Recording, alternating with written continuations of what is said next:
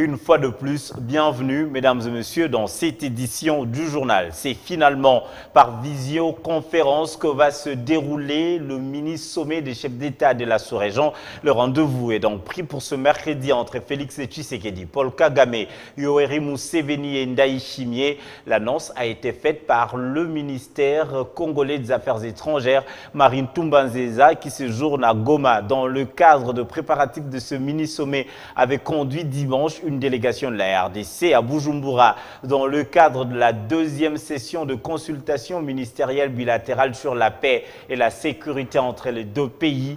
Retour sur le condensé de ce qu'a été la mission de travail de la ministre des Affaires étrangères.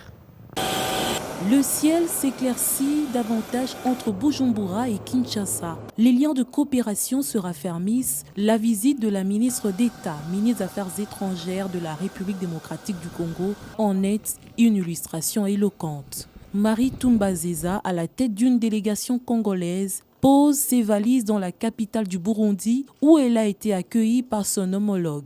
La patronne de la diplomatie congolaise annonce aussitôt arrivée que sa visite s'inscrit dans un cadre amical. Au lendemain, c'est une séance de travail à laquelle sont conviés les deux ministres des Affaires étrangères. Albert Shingino revient sur l'état des relations entre le Burundi et la République démocratique du Congo. La République du Burundi entretient d'excellentes relations d'amitié et de coopération avec la RDC. Actuellement, le gouvernement du Burundi constate que l'environnement politique et sécuritaire dans les deux pays est propice pour le redémarrage effectif de la coopération et l'accroissement des échanges commerciaux, car le Burundi et la RDC se sont dotés d'institutions démocratiquement élues et sont aujourd'hui très stables. Marine Toumbanzeza, elle, a rappelé l'importance d'aborder toutes ces questions dans un cadre de concertation qui est le mini-sommet de Goma, reporté mais qui se tiendra incessamment. C'est la raison et l'objectif du mini-sommet initié par son Excellence M. Félix Antoine Tshisekedi Tshilombo, président de la République démocratique du Congo.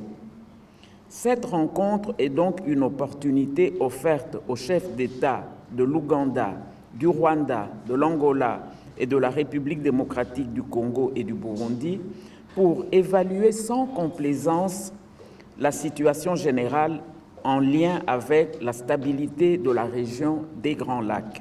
La patronne de la diplomatie congolaise est aussi porteuse du message du président Félix Antoine Tshisekedi auprès de son homologue. Évariste Ndayishimiye a, au cours d'une audience, réceptionné un pli fermé remis par la ministre des Affaires étrangères de la RDC.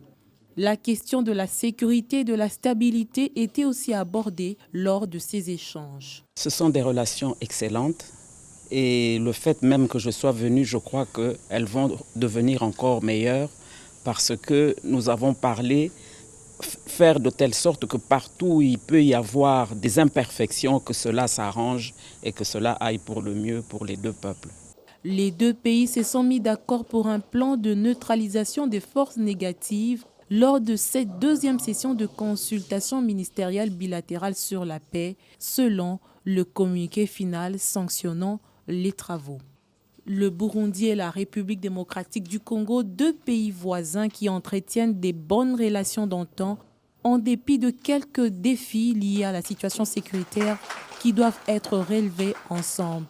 La RDC vient à travers cette visite de la ministre d'État, ministre des Affaires étrangères, prouver sa détermination à maintenir un climat de paix et de stabilité pour le bien-être des populations.